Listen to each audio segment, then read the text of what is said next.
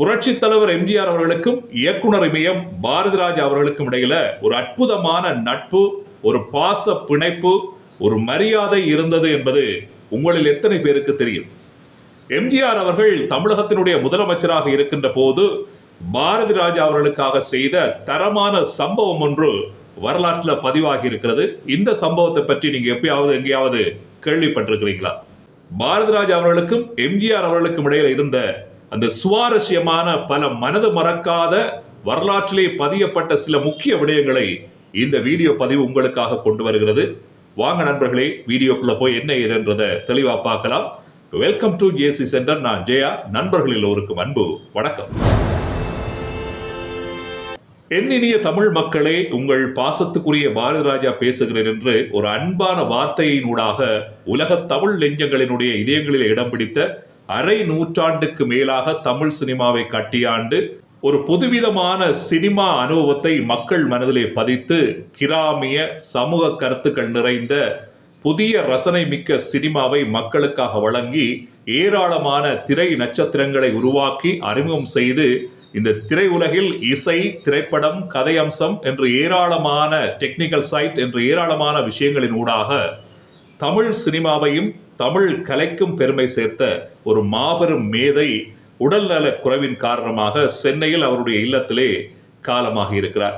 Super star Rajinikanth அவர்கள் சொல்வது போல பாரதிராஜா அவர்கள் ஒரு குழந்தை மனசு கொண்ட, ஒரு வெள்ளந்தி மனசு கொண்ட ஒரு மனுஷர். காரணம் என்னன்னா, மனசில் பட்டதை எங்கேயும் அச்சம் இல்லாமல் யாருக்கு முன்னாலேயும் வெளிப்படையாக தெரிவிக்கக்கூடிய ஒரு மனப்பக்குவம் அவருக்கு இருந்தது. அதனால இந்த நேர்மை குணமும், இந்த வெளிப்படையாக எதையும் வெளியில சொல்ற அந்த மனப்பக்குவமும் எம்ஜிஆர் அவர்களுக்கு கவர்ந்து போக எம்ஜிஆர் அவர்கள் பாரதிராஜா மீது ஒரு மரியாதையும் அன்பையும் செலுத்துகிறார். அதே போல பாரதிராஜா அவர்களும் எம்ஜிஆர் மீது அளவு கடந்த ஒரு பாசமும் பற்றும் கொண்டவர். இது நீண்ட காலமாக எந்த விதமான இடர்பாடுகளும் இல்லாமல் பயணிக்க தொடங்கியது இந்த பாசம். பாரதிராஜா அவர்களுடைய சினிமா வாழ்க்கையில அற்புதமான பல படைப்புகள் இருந்தாலும் 1987 ஆண்டுல வெளிவந்த வேதம் புதிது என்ற ஒரு திரைப்படம் ஒரு புதுவிதமான புரட்சியை தமிழ் சினிமாவுக்கு கொண்டு வந்தது.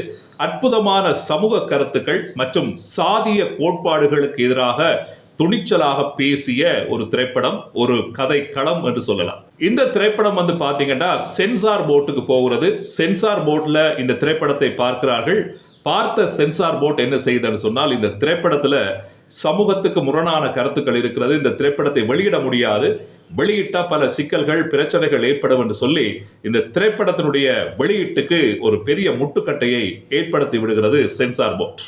அப்போது தமிழகத்தினுடைய முதலமைச்சராக இருக்கிற புரட்சி தலைவர் எம்ஜிஆர் அவர்களுக்கு இந்த விடயம் போய் சேர பாரதிராஜா அவர்கள் எம்ஜிஆர் அவர்களுக்கு ஒரு சிறப்பு காட்சி, ஸ்பெஷல் ஸ்கிரீனிங் என்று சொல்வார்கள், அதை காண்பிக்கின்றார். எம்ஜிஆர் அவர்கள் இந்த திரைப்படத்தை பொறுமையாக இருந்து முழுமையாக பார்த்துவிட்டு உண்மையிலேயே உணர்ச்சி வசப்பட்டு கண்கள் சிவந்து போய் அழுதே விட்டார். பாரதிராஜாவினுடைய அந்த சமூக பார்வையை பாராட்டி பாரதிராஜாவுக்கு அந்த திரைப்படத்தை உருவாக்கியதற்காக மிகப்பெரிய கௌரவத்தினை பாராட்டுகள் மூலமாக தெரியப்படுத்தி இந்த திரைப்படத்தை கட்டாயம் வெளியிட்டே ஆக வேண்டும், இந்த திரைப்படத்துக்கு இருக்கக்கூடிய தடைகள் எல்லாவற்றையும் உடைக்கவே வேண்டும் என்று சொல்லி அந்த திரைப்படத்தின் மீதான தடையை நீக்கி அந்த திரைப்படத்தை வெளியிடுவதற்கு எம்ஜிஆர் அவர்கள் உறுதுணையாக இருந்து உதவி செய்தார். அதற்கு பின்னர் திரைப்படம் வெளியாகி மிகப்பெரிய ஒரு புரட்சி ஏற்படுத்தியது மட்டுமல்ல, பாரதிராஜாவுக்கு மிகப்பெரிய கௌரவத்தினையும் விருதுகளையும் அள்ளி கொடுத்தது அந்த திரைப்படம். இது எம்ஜிஆர் அவர்கள் பாரதிராஜா மீது வைத்திருந்த அன்பாலும் பாசத்தாலும் மரியாதையாலும் பாரதிராஜாவினுடைய அந்த திரை மொழியின் மீதான நம்பிக்கைக்காகவும் எம்ஜிஆர் செய்த ஒரு தரமான சம்பவம் இது.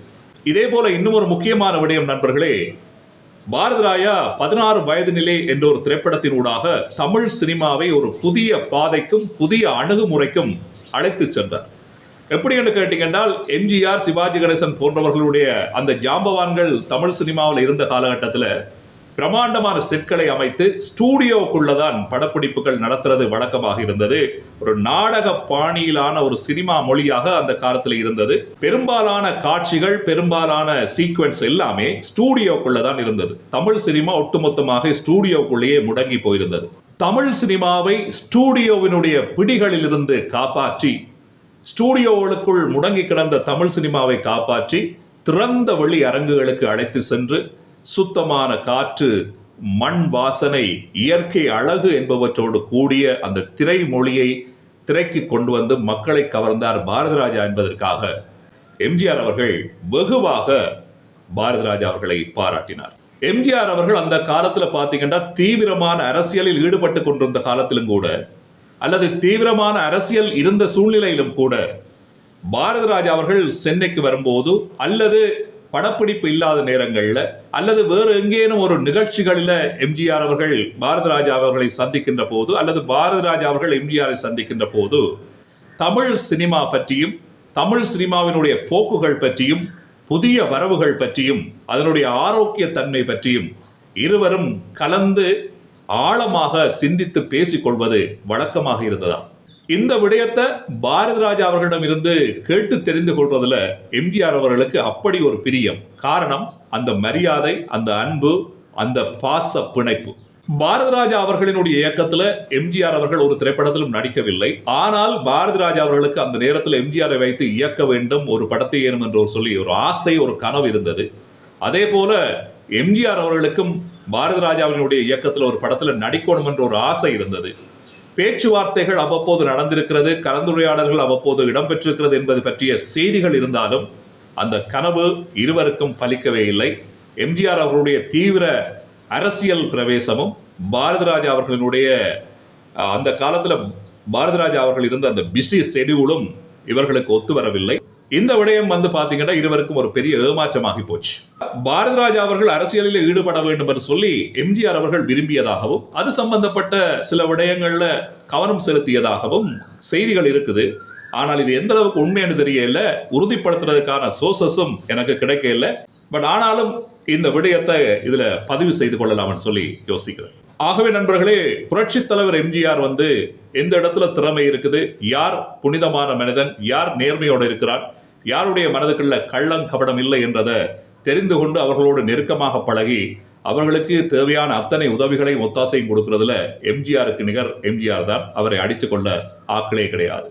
எம்ஜிஆரினுடைய நட்பு, எம்ஜிஆரினுடைய பாசம், பற்று எல்லாத்தையும் பெற்ற எங்கள் பாரதி ராஜா அவர்கள் காலமாக இருக்கிறார். அவருடைய இடம் தமிழ் சினிமால இட்டு நிரப்பக்கூடிய ஒரு சூழ்நிலை இனி கிடைக்க போறது இல்லை.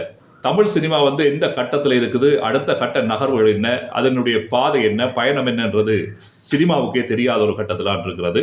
நண்பர்களே, இந்த வீடியோ பதிவு பிடிச்சிருந்தா ஒரு லைக் பண்ணுங்க. உங்களுடைய கருத்துக்கள் எதுவும் இருந்தா கமெண்ட்ல பதிவு செய்யுங்க. பாரதி ராஜா அவர்கள் இயக்கிய திரைப்படங்கள்ல உங்களுக்கு பிடிச்ச படம் எது என்றதை கமெண்ட்ல பதிவு செய்யுங்க.